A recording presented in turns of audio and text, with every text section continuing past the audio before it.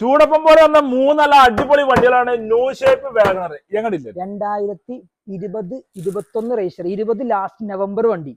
ഈ വാഹനം നമുക്ക് 80,000 കിലോമീറ്റർ 1.2 ലിറ്റർ എഞ്ചിൻ വരുന്ന VXI ഓപ്ഷൻ വരുന്ന വണ്ടി. അടിപൊളി സീറ്റ് കവർ കാര്യങ്ങളൊക്കെ ഉണ്ട്. 90% ടയർ ഉണ്ട്. ഇൻഷുറൻസ് പുതിയതാണ്.